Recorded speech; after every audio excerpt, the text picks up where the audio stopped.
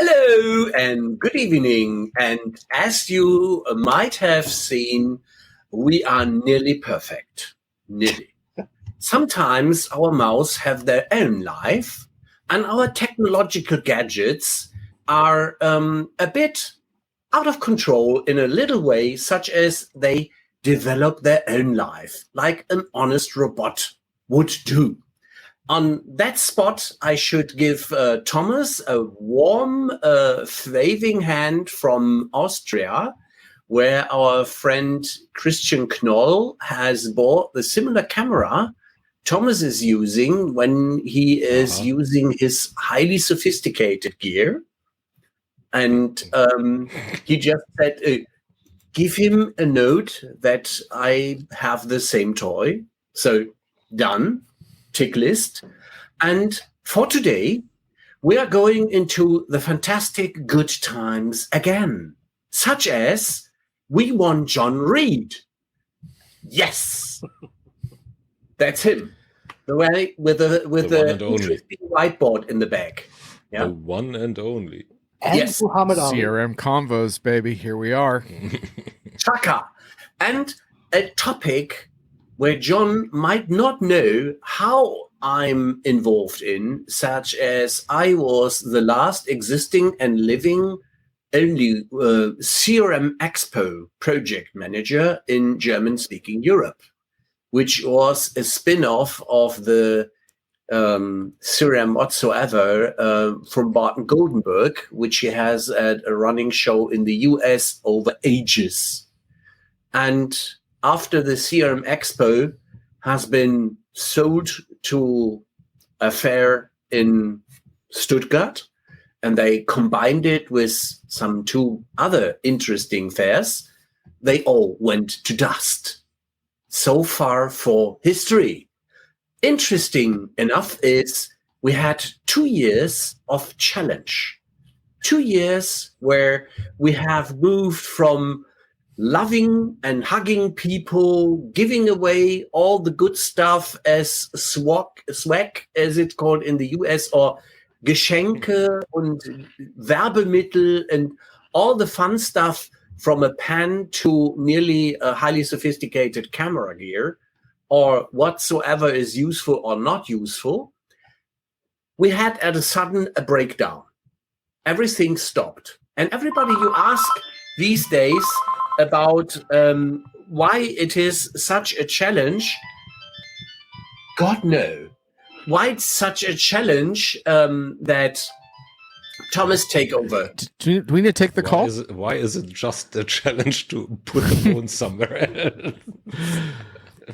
Feel free to take the phone call. We can always get back to the show. Yeah, the main challenge is obviously reconciling the physical and the digital worlds, as we see right now in a live event, which begs the question, how the heck to do that? Yeah, and clearly we need instructions on that, and hybrid as Ellis and John. Yeah, and hybrid as one solution is a real fantastic one, and luckily, if you are in the non-digital world, somebody drop by and picks up the phone for you. Yeah. So, somebody has their phone switched off. How about that? Not possible. Otherwise, I have to cut off all my connection lines. Didn't work. Tried it. Or just put that one away. Yeah, well. Yeah. Anyways, so John, we have physical events. Sometimes they are disturbing, sometimes not. Sometimes they are even helpful. And we have digital events, for which the same applies, actually. So, indeed. And what is disturbing in a physical event might be highly desirable in a digital event. or the other way around. So now the question is, one of the main questions that I would have, and that's basically to Ralph and you, is how can that get reconciled?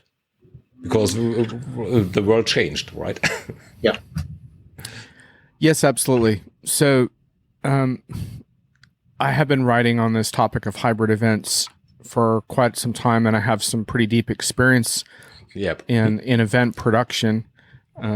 And my fundamental view is a little bit dark, which is that I think on-the-ground events are basically almost broken, and virtual events are basically broken, and hybrid events are mostly a profound failure up until this point. But there are some promising changes that are happening, and I can go into that a little bit. But the potential power of hybrid in this case of a so-called hybrid event is basically sort of fusing the best of both worlds in a sense. Like those who, like you think of it a little bit like CX. Why would a consumer want to only shop in the store? Why would a consumer only want to shop online? Wouldn't they want a fluid experience where they can kind of get what they need at any given point in time? A hybrid event potentially can provide you with much more of that. Now, the downside is that most event producers are really at a loss for this. And to some extent, I think sometimes they feel overwhelmed. And so part of my message is not just a critique, but practical sort of next steps to say, you know what, you can make some progress towards this goal. And it's actually not that hard, even if I sit here and acknowledge to you, which I will right now, that full-scale hybrid events are a challenge. But you can build your way towards that, and there's some very meaningful steps. And for today's show, I have some new content on this topic that I have not ever shared before. So for your listeners and for you guys, I have that. So that's kind of sort of the basic parameters, but underneath my view is I'm a fan of what you might call radical inclusion. And I think hybrid events provide that opportunity to reach people. And part of my radical inclusion philosophy is that a lot of people who aren't at your event are every bit as important as the ones at your event. And a lot of vendors don't understand that. They think that, oh, because you're there on the ground, you must be more important, passionate, committed, loyal to my brand than those who are not. But unfortunately, that's a very myopic outlook in this world. And even as the concerns around safety change a little bit for some people, now we have the issue of the economy and the fact that a lot of people are going to have a hard time getting travel budgets approved to events, but they're still your loyal customers. So does it make any sense to prioritize access and experience based only on those who, for whatever reason, the stars align and they're on the ground with you? That makes no sense. And that's the basis for this conversation. I really appreciate these warm words, and I see a lot of experience in them. I see especially that you have seen and lived through the challenge that there are the typical old-fashioned show and exhibition organizers which have not adequately learned digital. They are in a falling back position, such as, thanks God, we can do the old shitty stuff again and go back and make some experiences which are not as pleasant, not only due to travel regulations and challenges, but also that people found it quite attractive to have something to participate in, be selective, and have all the benefits, probably not the swag and the nice conversations aside and the coffees, but we have USBs. The beer. Yeah, the beers. Sorry, I forgot the beers and the drinks. So aside of having no headache afterwards, after the event or during the event, there is a lot of beneficial sense in it. What I love to know is why, for Christ's sake, do such professional companies like my dear friends from San Francisco, which are doing an event the day after tomorrow in Düsseldorf, and they know that if they ask for a dance after Dreamforce in one of the larger German cities, that they will be booked out. Why not do it hybrid not to disappoint people that they cannot participate. Yeah. If you have a small hotel and you plan for, let's say it, 1,000 people, but you could have had 10,000 viewers on top. Question for me. Now, back to the expert who lived through these several years on that. What are some of the tips you can give not to make all that mistakes, which one definitely run through? By the way, I love the back channel notes around how we skip the intro. I think that's awesome. Like that's one of my event keys is like skip the bloated intros. Who cares? I'm John Reed of Diginomica. We're having a great conversation. Let's keep going. And who doesn't know you by now is not interested or not interested. So Ralph, I think there's a few stumbling blocks that event organizers need to overcome in order to achieve this. One is they need to overcome this fear that they're cannibalizing their in-person event by offering a quality digital experience, and that's a real fear for a lot of event organizers. And I just want to assure event organizers this is very much like politics. There's very few people sitting on the fence. They're either going to your event or they are not. It's that simple. You're not. There's not a bunch of people. I have never heard someone say, "Oh my God, I'm changing my mind. I'm not going to the event because the digital experience looks so awesome." We are so far away from that. So first we put that aside. Second, we have to put aside this idea that this is an impossible achievement, because sometimes people think, well, this is so difficult and, we can't live stream everything and live streams are scary and blah, blah, blah. The technology and tools are there. I mean, look at folks like us. We are not deep technical video practitioners. A lot of us on this call have some video experience. We're streaming live right now. We are not on the phone with tech support. So we've come a long way with streaming. Hi, Alan. And Alan makes a very good point. But rethinking events is a little bit of a slightly different angle on this topic, but there are some discrepancies between what vendors want to get out of events and what customers want to get out of events. And there will always be some tensions. There will always be tension there. But there's also, fortunately, a middle ground, which is that everyone wants better projects and better results. So fortunately, from that middle ground, Alan, we can have some common ground.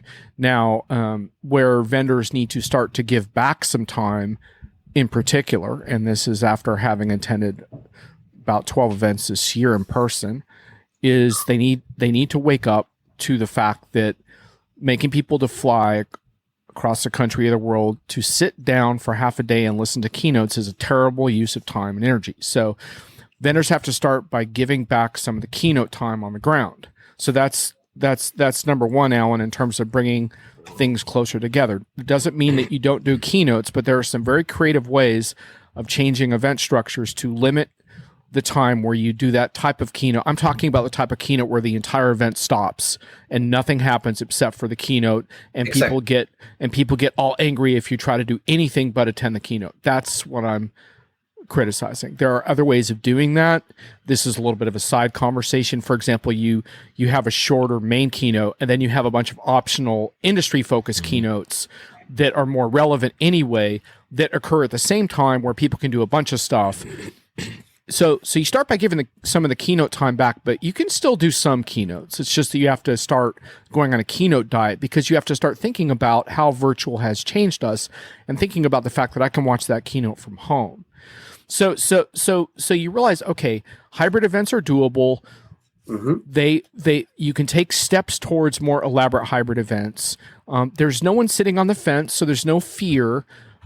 There's a huge bonus of inclusion. Oh, and by the way, a lot of data gathering, which, as we know from a CRM Convos context, is kind of nice to have digital exhaust and data on people who might be interested in your products and services. That's kind of cool, right? So you can do that. And then the bottom line is that sometimes you have to sit and say, you know what we don't have all the skills in-house to do this. So we are going to engage some outside experts. This is not a plug for my services because I don't really do this, but we're going to engage outside experts to help us rethink how to do events. To Alan's point, you need some new skills in there. And if you if you do that and the skills are there, they just might not be within your organizational walls on your event team right now. Talking about the keynote, so what I observe being there or physically there or digitally there. Yes, they are long, and often I zone out. I just zone out, which basically goes into the topic of giving some time back. So that essentially also means that they need to be a bit more engaging. So how to achieve that? Yeah. So keynotes are kind of a different type of thing. And we could kind of have probably a follow-up discussion if you want on rethinking like the on-the-ground portion of an event, because you could spend a whole hour on that. But one of the big things is that enterprise software vendors are on the wrong track because they think that they have to entertain with keynotes. But here's the problem with that is that we're spoiled as viewers. We watch things like Game of Thrones, Succession on HBO. We have a high bar for entertainment. Your cheesy stand-up and bogus talk show format doesn't entertain us. So Thomas's point, what does engage us? Authenticity. That's what engages us. Transparent conversations that are authentic from the stage, not an overwhelming desire to entertain with bongos and marching bands and, celebrity people. How many vendors get celebrities interviewing customers that don't know what the customer is actually dealing with, but the celebrity's doing the interview, and it's like, oh my God, you can't even ask a relevant question. Like for example, here's a wild idea. Have a customer panel as part of your keynote and let a customer run the panel. Whoa. We didn't approve the questions. Oh my God, what could happen? The customer might ask what the vendor could do better. Oh my God, this would be shocking.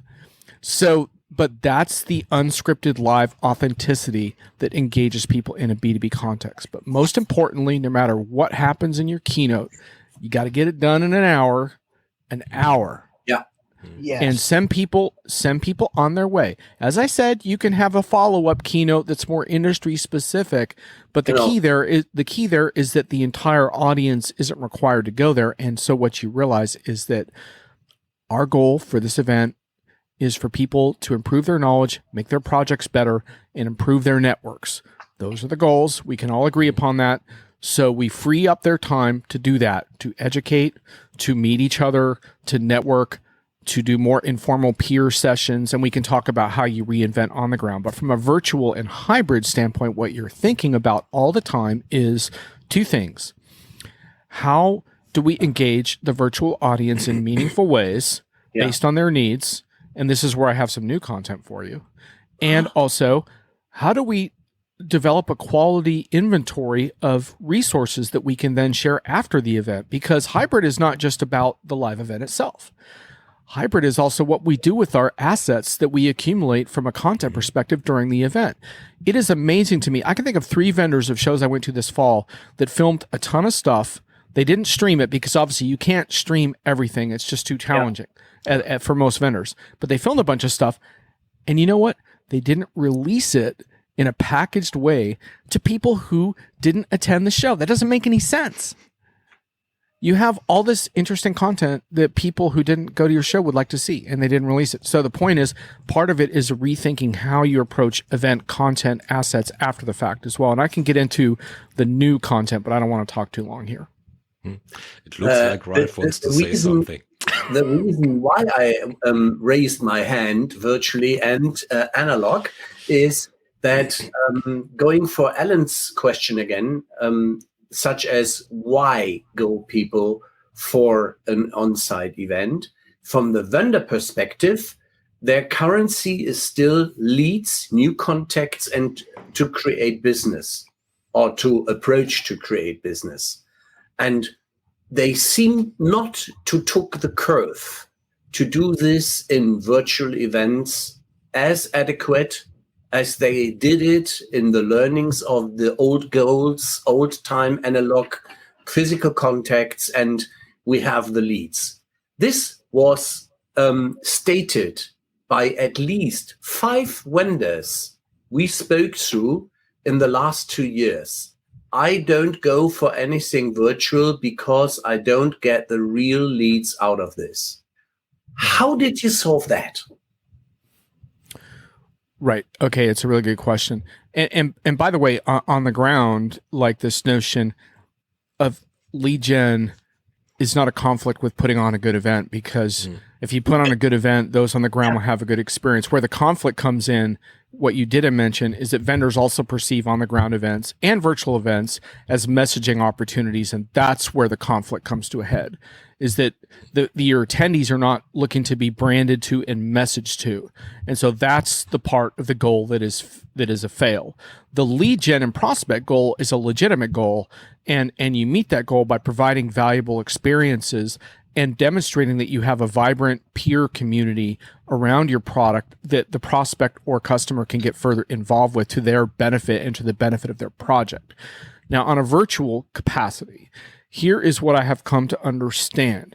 There's really 3 audiences, and it's important to understand these audiences. Okay. One of the audiences is the audience that wants streaming keynote. I just want to see the keynote. Like, I want to see Larry Ellison, what he has to say about healthcare. Or, you name the charismatic CEO. I want to hear what they have to say. Yeah.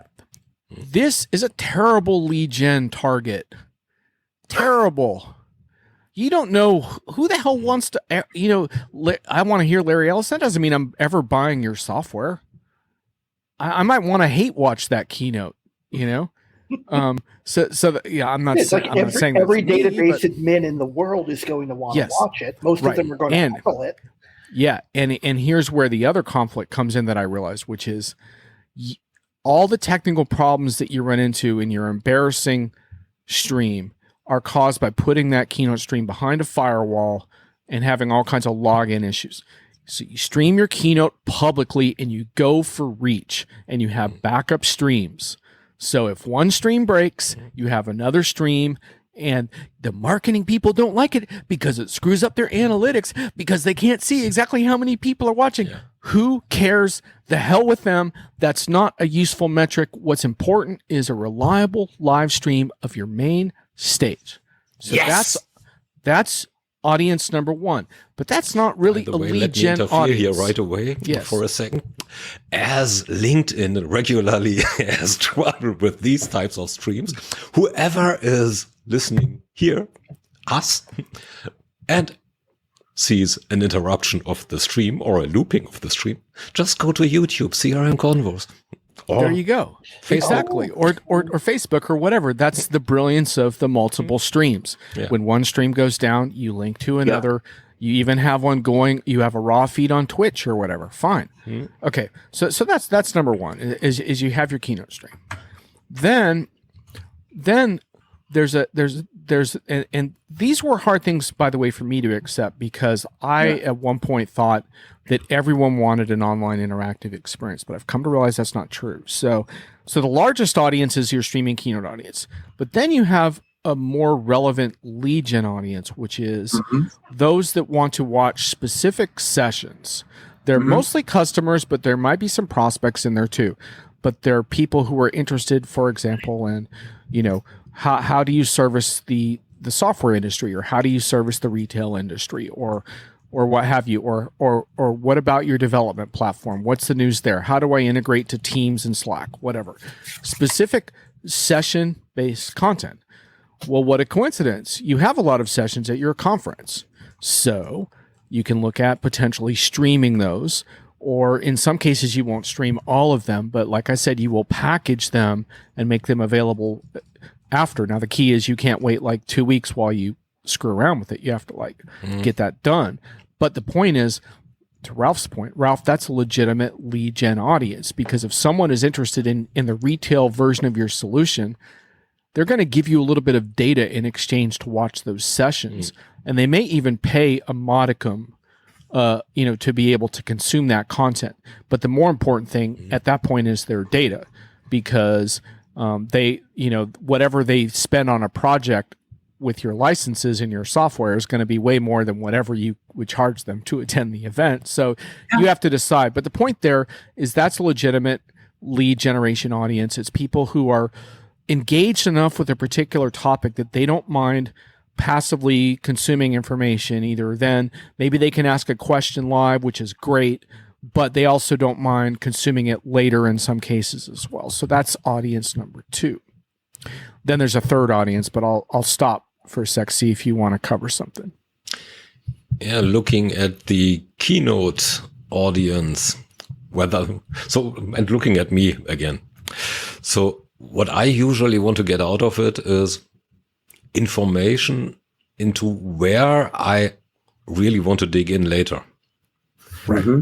So this, of course, it's always better if there is someone who is kind of charismatic in front of it and delivering credibly also. Well, I'm looking at Satya Nadella, for example, who is incredibly good in delivering that, but to me, he sometimes has the wrong script because he doesn't do the lead in. Benioff is, well, he doesn't open the avenue for the detailed keynote that you mentioned, whether it's an interesting or industry keynote or a topical like AI follow-up keynote or whatever. Yeah. Same for Benioff. So he learned to perform amazingly in front of a camera in the past 2 years.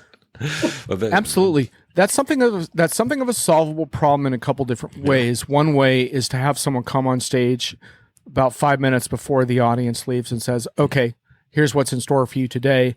We're about to break off into a bunch of industry specific smaller keynotes or whatever have you. The other thing that some vendors are getting good at, and by the way, I've raised my overall score on hybrid from an F to a C minus, and I can explain why I've gone up from F to a C minus in a bit. But one of the things that some vendors are doing is creating a little bit of a TV studio format so that after the live stream ends, you pop into the TV studio.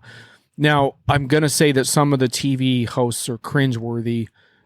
So there's some acquired skills here as far as, I think the biggest lesson I would try to give these hosts is you don't need to put on a show. Just be yourself. You don't have to sell. You don't have to sell anything to the audience. You don't have to say, "Oh my God, that was the most amazing, inspiring keynote I ever heard," because that's not gonna. That's really given up your credibility. Yeah, exactly. So just say, you know what, that was interesting.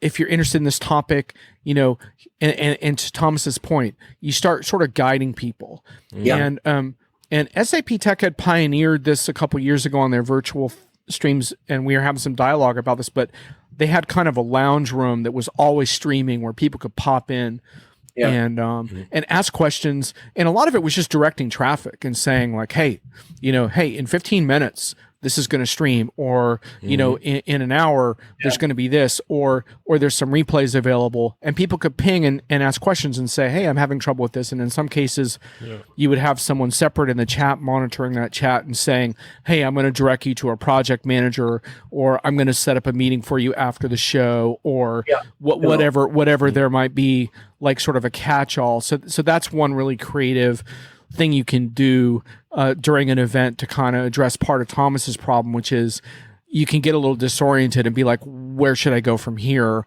Yeah. And that can be a big problem engaging virtual audiences as well. Now, what I have discovered that's very, and what I think is very exciting is the third audience, which is, there's a third audience that has an appetite for real engagement virtually. And now this takes a little bit more resources to engage them, and it takes some work in some sense because they're not used to being engaged in this way because they've gone to so many bad virtual events that kind of forget the art of the possible. But I have seen it enough to know, and I can give you like kind of an example. So you can have a premier engagement stream where you can even potentially charge a decent amount of money for this, where you promise like live interactions for people who really want to pony up for that. And of course, to Ralph's point, you can get a lot of data from these people because they will share with you in exchange for that. But so, for example, one really cool format I've seen for that is I went to a show where as people rolled off the keynote stage, they would come to the private virtual room for a while and shoot the shit with the virtual attendees and say, here's what I talked about in my keynote, blah, blah, blah. Logistically, that doesn't always work when you have a real event going on at the same time. But the point is you could have other people from that person's team in there, perhaps. But the point is that they're rolling off the stage and there's this kind of a really cool backstage feeling of like, I'm not at the event, but I feel very connected to what's happening because people are sharing, on the ground responses with me, and I'm asking questions and I'm interacting with other attendees. And, so there's a real opportunity for a smaller percentage of people that want that more engaged experience. And that can be very exciting because some of those people are going to be some of your most engaged customers and prospects. They might be people who got sick right before your show and couldn't make it and are heartbroken not to be there. They might be people who are disabled and aren't able to travel or immunocompromised. Yes, that does exist, and not able to travel yet. And these kind of people, I hope event organizers realize they're kind of depressed about the shift back to real events because now they're being excluded again, whereas before in virtual, they were on equal footing. So there's a real opportunity to engage these people, but it does require a little more creativity and it requires more facilitation skills. Yeah. And like I said, so there are some skills barriers here that have to be overcome. But the good news is there's a lot of people who know how to do this. It's just that they probably don't exist in your marketing and events team. I'm sorry, but they don't. You have to humble yourself and accept that. We're not all good at everything. Not? We try hard, but we don't achieve it. And that is exactly why I was so, let's say, emotionally touched when I read one of the posts. It's so cool that announced that event. And the moment we have the posting here to get more people, it's booked out. Why the heck are you doing this to the audience? And I could only say, well, you haven't thought it through. Well, too bad. Yeah. I went to a couple of events that was really interesting this fall, and why I'm moving up to a C-. And by the way, I do want to just quick disclosure thing. In past years before the pandemic, I went to Diginomica partner events and a lot of non-partner events, but I don't want to live out of a suitcase right now. I travel a fair amount this year, but I mostly went to partner events. And so I'm trying not to name a lot of vendors because they're all our partners and it starts to feel like a commercial. So that's the reason I'm being a little vague sometimes about vendors. But I went to a couple really cool events, Ralph, to your point, where there are physical capacity limits sometimes in certain sessions. And one of the really cool things you can do if you're doing hybrid right is you shift over to the live stream.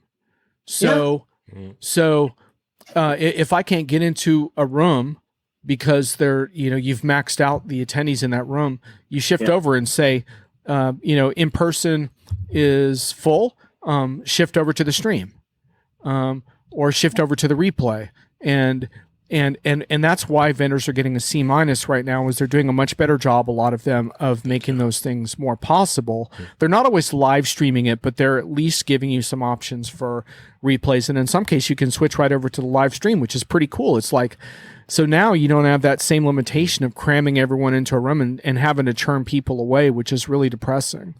Yeah, in years past, sorry, didn't see your hand. In years past, that was one of the good things about being press or analyst.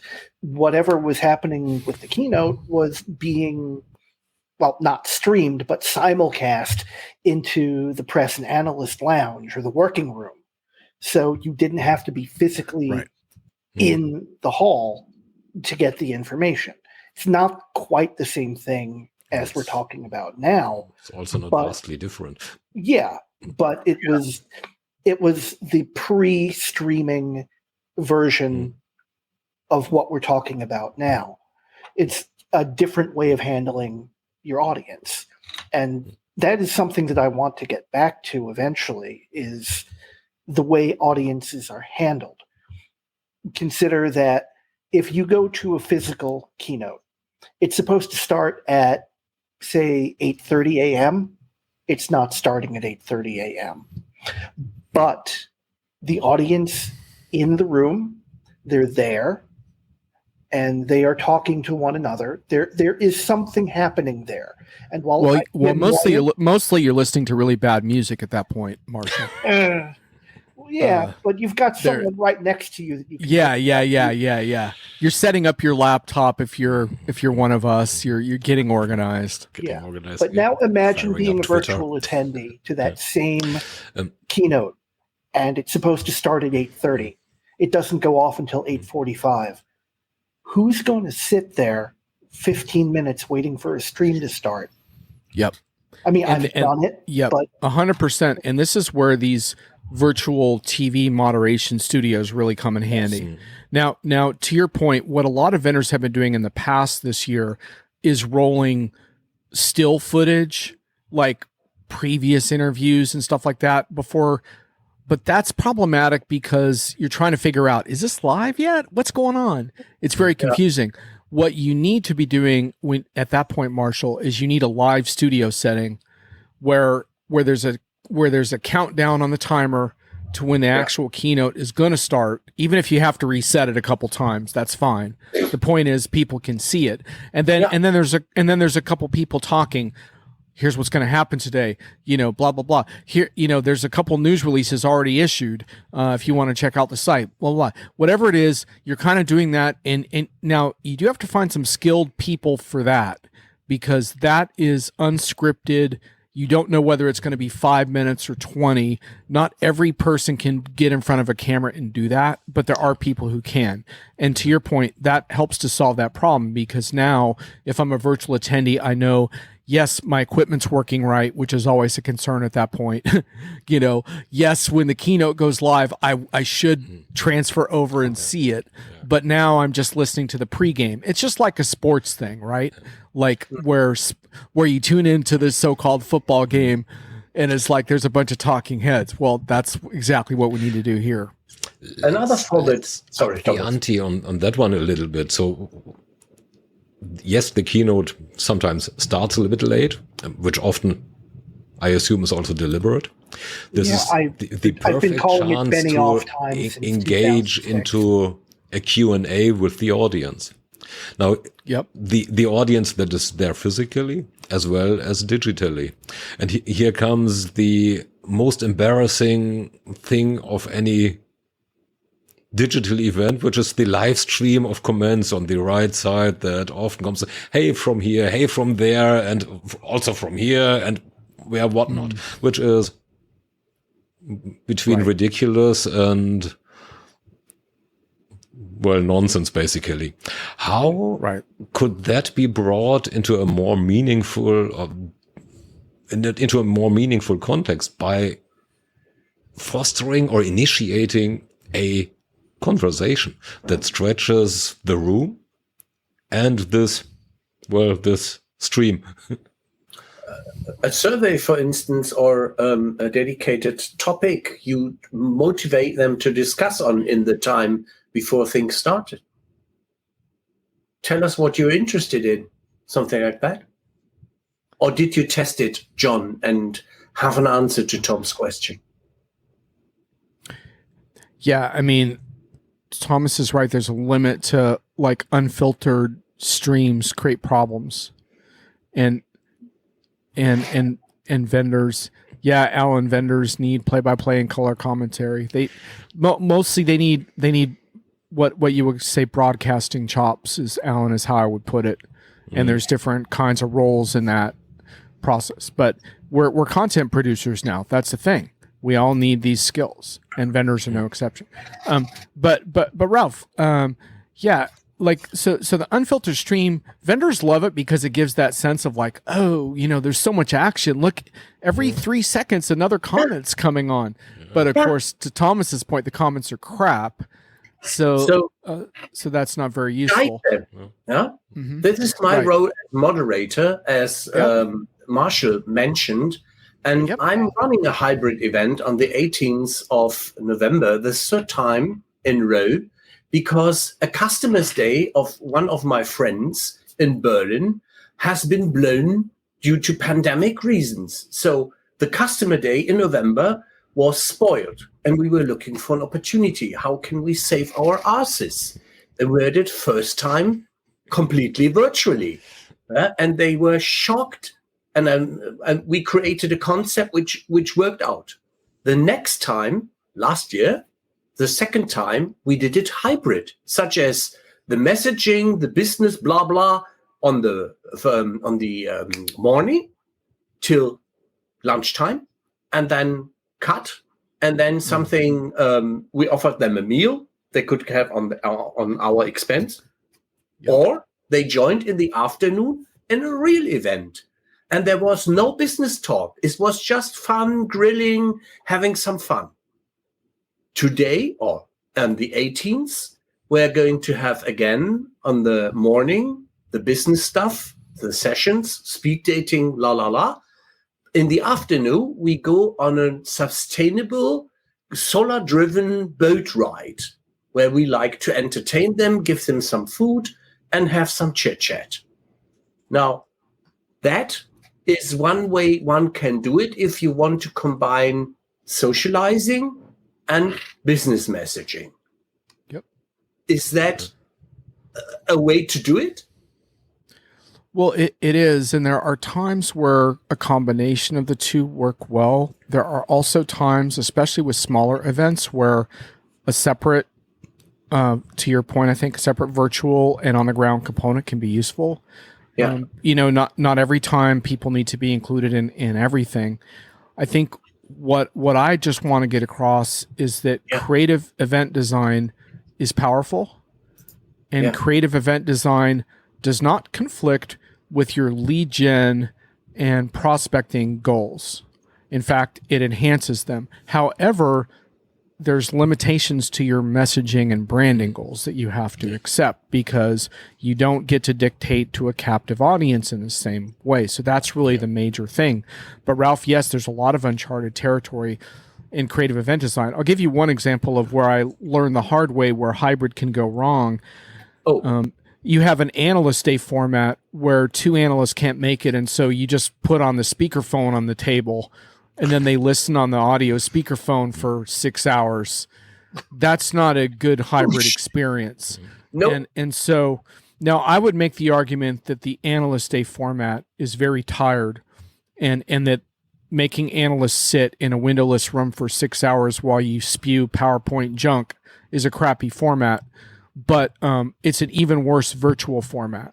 So in that case, what I tend to recommend is separate events. So, do your in-person event and hopefully make it as creative and engaging as possible, and then potentially do a separate virtual engagement event for analysts who are international who can't make it or who couldn't make it. Now, granted, you could have a little bit of overlap in that you might go for one hybrid session during your gathering day, like maybe an Ask Me Anything session with the CEO gets the live hybrid treatment. But you have to think about these things, right? Because it is a fact that I might sit for 3 hours in a room and be perfectly happy. I'm probably not going to sit in front of my computer for 3 hours and be perfectly happy. So you have to think about those things. And I have had to learn the hard way that you can't automatically turn an event hybrid and call it good, But I want to give Alan a warm feedback in the way that the first virtual analyst summit with Freshworks I enjoyed really, really much. Yeah. I got that fantastic wooden box. The popcorn was eaten up quickly. And I was, from thinking about sustainability, this box is still around, is used as to carry along gear, for instance, for such hybrid events. Yeah. And the cocktail mixer is having a real beneficial all the time use when we have guests. And luckily, we have guests again. Yeah. So, Alan, that was marvelous.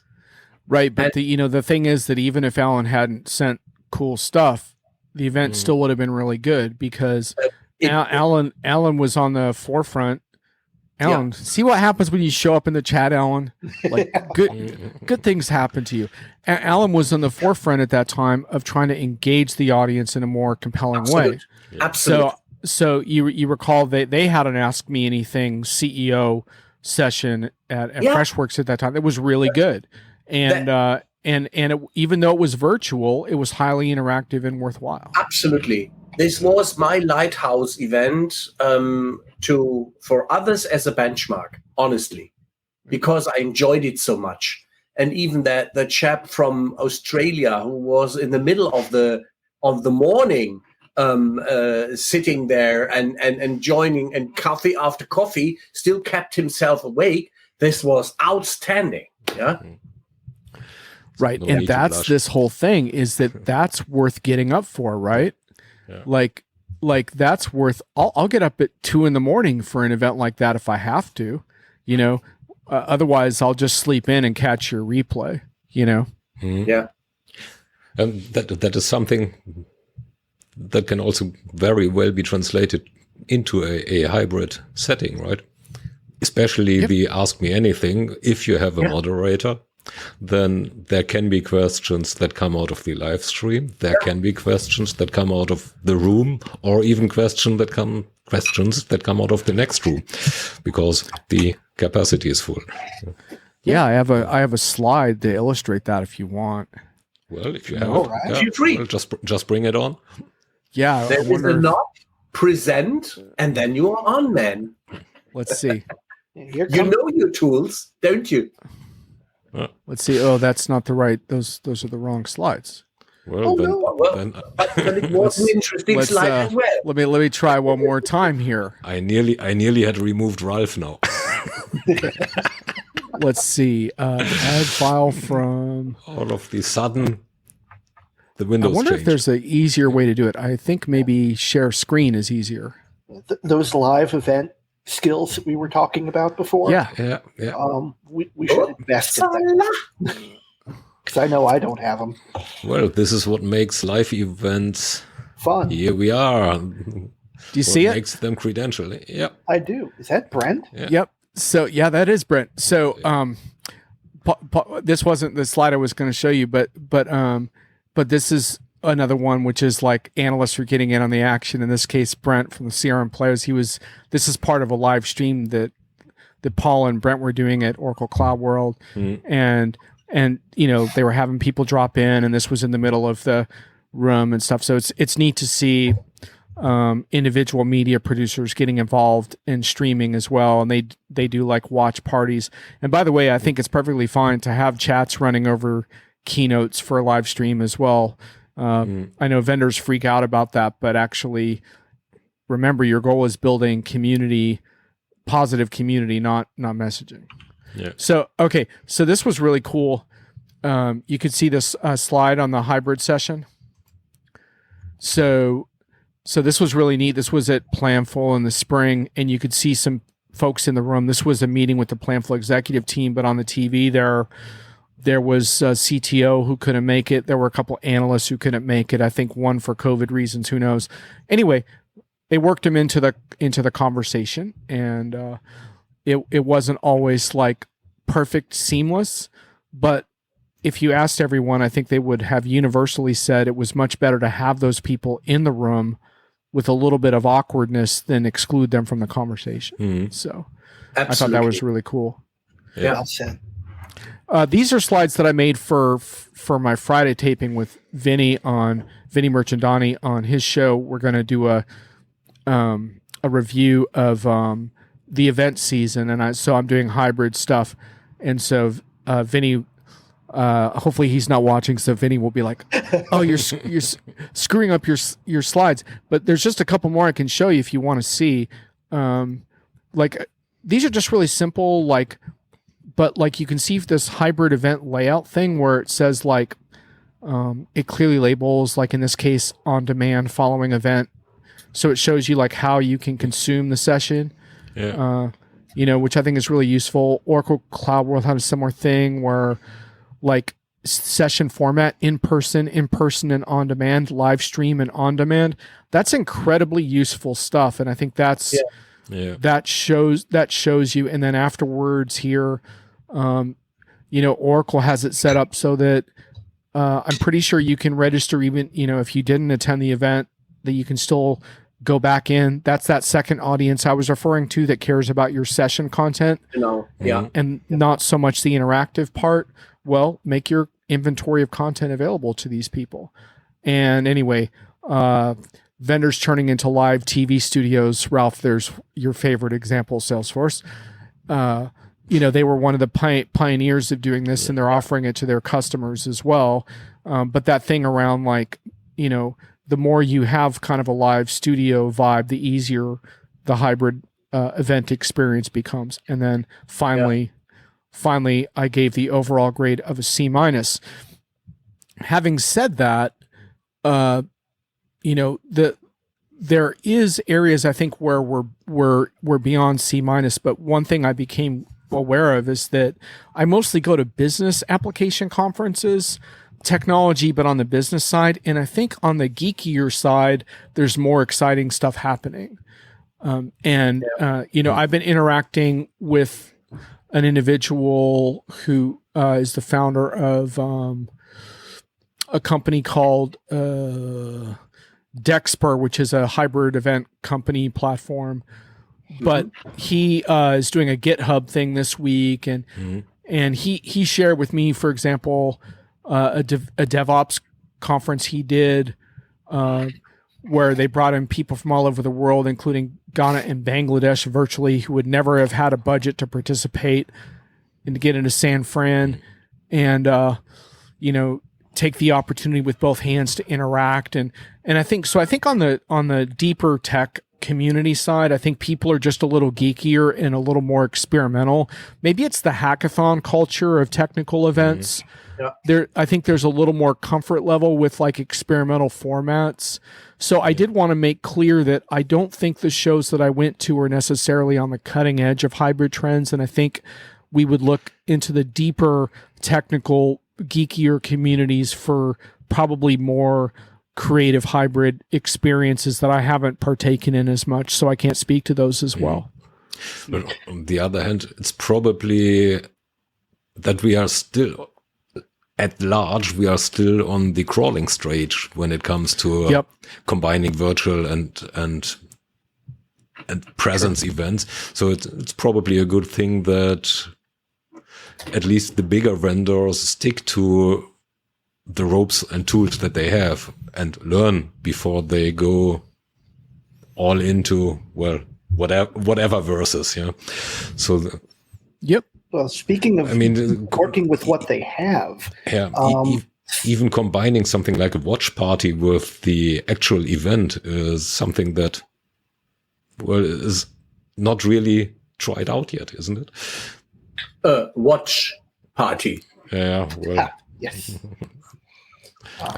Sorry, Marshall, what were you saying there? I was saying, but extending off of that, and something that you said earlier, John, about the skills for doing hybrid events not necessarily being within the company. And we've mentioned vendors like Salesforce who have a robust events group within the organization, or Oracle that does. What should smaller organizers do? Vendors. Organizations do if they're trying to put on a hybrid event? I mean, should more companies be looking to hire that talent or train that talent, or is this for the experts? Get someone who knows what they're doing to plan your event for you. Well, I don't think there's one right formula to that, but if I were doing it, I'd want to cultivate some in-house talent hire some creative young people who are creatively into video. There's a lot of folks who have tried to compete in the influencer game, filming their own videos on platforms like Instagram and Twitch, who have struggled to monetize because it's actually very difficult to monetize. And there's a lot of enterprise opportunities for folks like that who have a lot of interesting skills.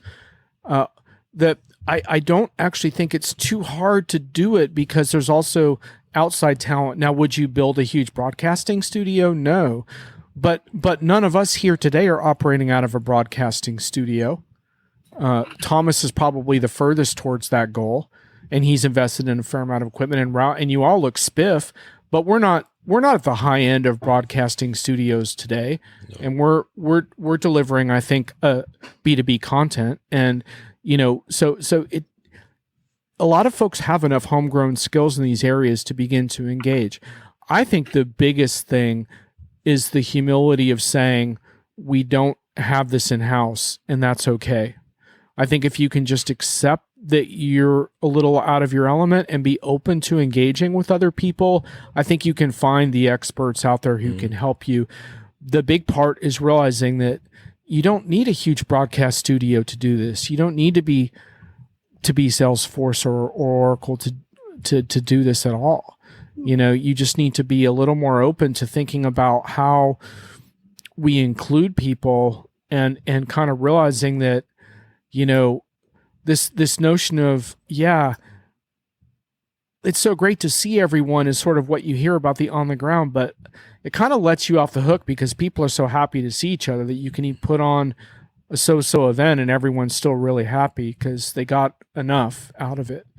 What I always say is on the ground, you can kind of hustle and get what you need because you're there. Even if the event's not perfect, if you get on a plane after on the ground event and you didn't get what you need, that's kind of your fault. But virtually it's different. How do you hustle virtually?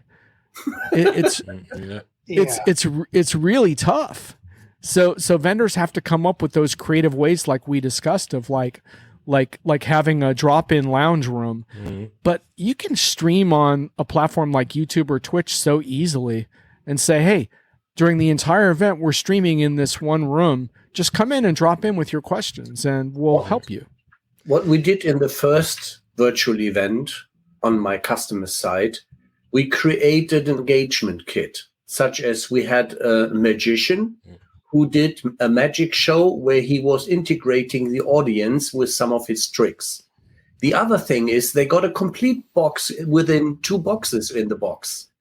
There was food, there was engagement stuff there were note pens, little pencils, something to play around with, cards game, and the magician's kit box, such as that you afterwards could try to repeat the tricks, build a little ship, fold it, and all that stuff. We really tried to get them during the whole day in engagement sessions. And we succeeded. Yeah, that was fun. Well, I just wish more people. Oh, sorry, Marshall, you say. I was just going to say, if you need an event planner for hybrid, hire Ralph. I think Ralph's made a pretty good case for himself. For our events here right now. Sorry if I interrupt right now, because we are at a decision point. We are at the juncture of extending or wrapping. So looking at how the flow is, I'd be in favor of extending for a bit, but that depends on you. Woo! Made the cut. We can go on a little longer. Yeah, if you have the time, sure. Cool. But you just need to give us the sign when it's really getting tight for you. Sure. I think Ralph hit on the important point, which is be energized by the art of the possible, that the art of the possible is not beyond your reach. And that goes for both on the ground and virtual, that it can be done, and there's really cool things you can do. And you can tie them to data and metrics. Now, is it always perfect? No. I mean, but your email list isn't perfect either, and you send out your newsletter, So, but the point is that engaging people on an opt-in basis is powerful, and you can do this through events. And the biggest thing to think about is that community should drive events, not the other way around. And we really need to not just have this go back to this thing of like, oh, we have our big event every year, and then we exhale, and then we start planning the next big event for the next following year. That's not a good way to think about life right now. What we need to think about is how do we engage people throughout the year in ways that are compelling for them? And if we can figure that out, then events become part of that way that we can engage people. Yeah. And looking at experimental things. What we did for some events is we had a CRM convo at some events. I was at events where I was in a hybrid fashion as well, kind of being a journalist matter, interviewing, streaming, as well as attending, which caused a conflict of interest for me, by the way, because interviewing customers while sessions were running made me lose out on those sessions. So still that causes and needs a significant equipment on the ground as well as for the people who are participating. So I was lugging around a bunch of suitcases that I wouldn't have had if just being there. And on the other side, the network quality of the event location needs to be up to the notch as well. Because especially if there are a bunch of people doing the same, then there's so much interference in the system that's beyond crazy. So it was a very good, I think it was planned very good. The idea was very good. It should be repeated. But the infrastructure needs to be better than what we had. So this was an amazing experience. You make a really good point, which is that sometimes we're held hostage a little bit by the limitations of the technology at a particular event location, right? Yeah. Like some of the godforsaken hotels we try to do events in are just not up to snuff with live streaming. Yeah. But these are problems that you face head on. Some of that you do spend some money solving, and then to some is hate watch a checkbox. Absolutely, you can hate watch, no doubt. I mean, your lead gen people want to know about that for sure, because you probably don't want to be emailing the hate watchers after the event, Alan. So you make a really good point there. But like, so for example, like I have a very portable kit and I haven't used it too much yet, but I can do LinkedIn Live on my laptop with USB lavalier mics and a nice webcam that I can carry in a very small backpack. So I'm very portable, but I've made the decision on extreme portability because I want to be able to set up quickly. But and here's the thing, if I was at an event where the live stream wasn't working, I would switch into record mode and just record what I'm doing instead. And vendors need to plan the same way. Because the inability to sometimes live stream is going to be a fact of life at times. And you have to accept that. Now, for your keynote, you can't have that. For your keynote, you need fail safes and all kinds of things to make sure that thing streams. But for all the stuff that happens after that, you will have live stream breakdowns and issues. And you have to be prepared to record stuff and to say to people, sorry, the live stream's down, but we're recording all of this. We're going to be able to get it to you later. And that's a lot of learning, Yeah, it is. That's a hell of a lot of learning. So Wi-Fi, just talking technology over here, Wi-Fi doesn't cut the mustard. No. Bluetooth doesn't do either. So whatever interesting there needs to be wired as part one. Mustard. It needs to be wired and it needs to be recorded at the same time. Yeah, and like that picture I showed you of Brent, their setup there, they were in just like the main media area, but they did have a hardwire connection that they were using. And he was super psyched about that because he's like, this reduces a lot of my potential headaches knowing that I'm wired in from this location. Some of that is just money. So you might have to cut the food budget and just serve cold sandwiches, and emphasize the broadband, access for a little while or whatever, or make people choose hot lunch or broadband, just take your pick. You can't have both, but, fair enough. But maybe don't waste money on like 10 DJs that are like overrated and who cares, and put that money into.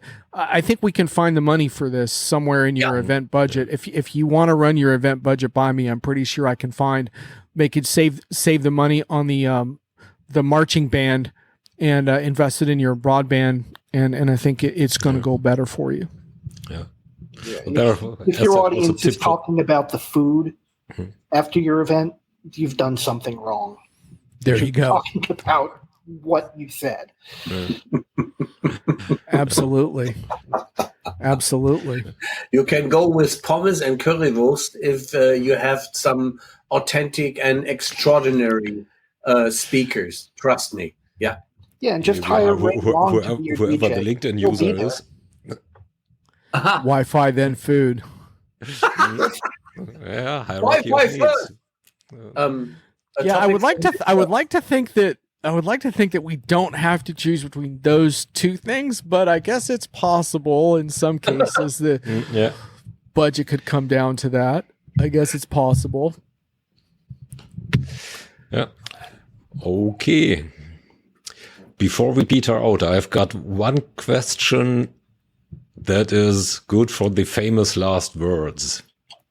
And I know the M word riles you a little. That's why I bring it. In how far becomes this M verse a chance? Yeah, for it's funny. events? I was going to say, just don't make people wear a headset to attend your show. You're going to ask a metaverse question, right? Yeah. So in how far? Well, not everybody can afford a holodeck, and it's probably a bit too tricky yet. But in how far in a better world can that become a thing for hybrid events? It's a really good question, and I'm not 100% sure yet how valuable the putting on goggles is in terms of the kinds of interactions, for example, that we're having right now.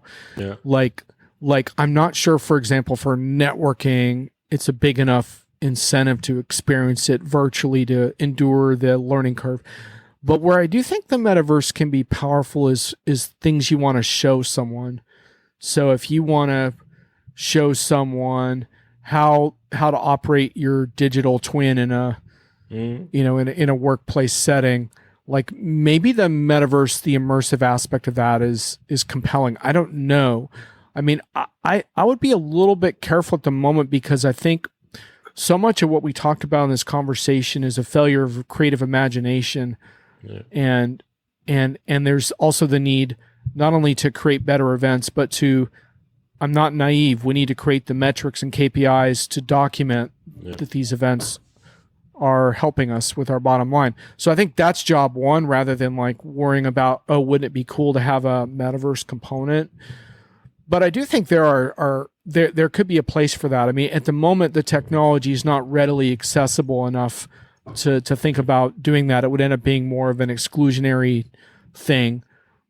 If you're serious about it and you think it could be compelling for your audience, I would probably start by having something on the show floor at your on the ground event where you get people used to donning headsets that they don't have to purchase and show them some things they can do on a headset that they might not expect, such as a product, maybe an interactive product demo or something like that, or have them interacting with a specialist who's not in the same location.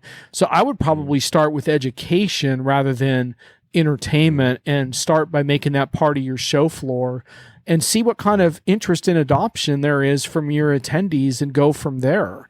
You know, I'm not completely down on the metaverse. I have been just frustrated with the notion that it's a revolutionary thing, and we've talked about this before, but I don't think that Mark Zuckerberg and Accenture should get credit for stuff like digital twins and virtual reality things, which have been in development for a long, long time before they came up with these words to try to make money and save their company in Zuckerberg's case. So that's my thing. But I think it's always worth exploring these things. But I would say create like hands-on lab settings where you can test your attendees' interest in these topics and educate them. Don't make them go buy expensive equipment to be involved. To Alan's point, hybrid events are about accessibility, and that's making events, I think, less accessible. Yeah. So how about this? What I was actually thinking about was a possible VR setting when it comes to this lounge that you mentioned a couple of times. Yeah. Because that could make conversations a bit more conversation-like. You roam around, you form your conversation circle with 2 or 3 people, and might just be an idea.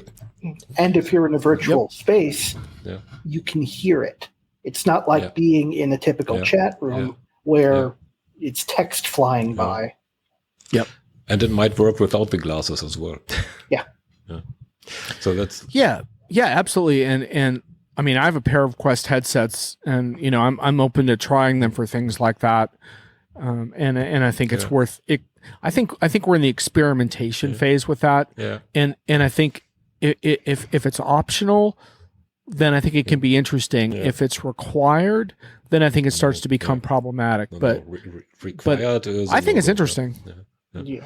I think it's interesting. I mean, I will say, like, when I put my new Quest headsets on, and like it's kind of like a console area where you can choose where to go. And you're hanging, in my case, I'm hanging out on this like weird island with like this like weird lake in front of me and this little patio. And it does kind of feel like you're there. I mean, it's kind of a cool feeling. Yeah. Whereas like during this conversation, I still feel like I'm in my video space. You know, so I think the metaverse does have a chance to make a more immersive type of experience of being around people. Maybe that would be really cool at some point. So yeah, we should be experimenting with this if we can do it in a way that doesn't exclude people. Yeah. That's as close as you're going to get to a metaverse endorsement from me. So that sounds like what we would advise for any other technology. Either have a reason for using it or admit that you're experimenting. Yeah, absolutely. And of course, the question was intended to rub you a little. Well, yeah, absolutely. I mean, you're going to get me. I'm pretty much predictable. It's like you can wind me up. Here's a button. Yeah. Either that or Web 3.0, and you got me going. So coming December 5. Looking forward to that one. Yeah, I got a little preparation to do before I can dismantle Web 3.0, but I'm working on it. Well, that'll be a blast. I think that'll be a blast. Yeah. Preview coming attractions. Yeah. After the shameless plug here.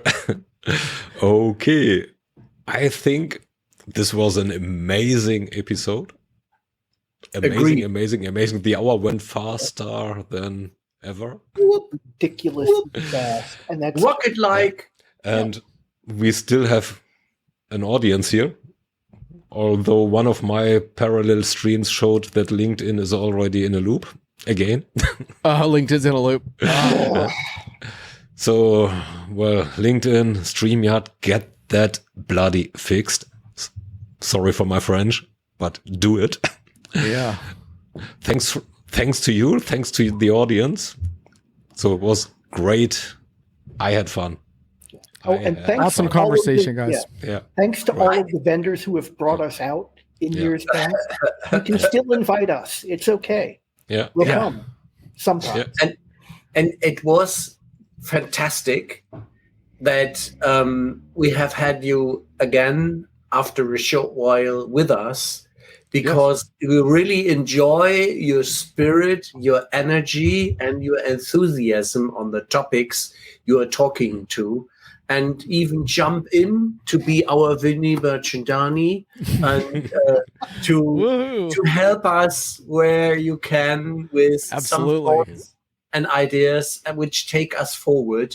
And this is the spirit why we do it, not for the money, just for fun and for getting people excited, engaged, and going forward to the fantastic times which are coming. Yeah. Thank you. Not my pleasure. Money, thanks, but guys. We would appreciate sponsorships in spite of yes. it. We love to get some money, but unfortunately, nobody is throwing it at us. So the bright future will come. Yeah, yet. Thank you very much for being with us. Thanks to Stay everybody. healthy. We are going backstage now. Backstage. Bye.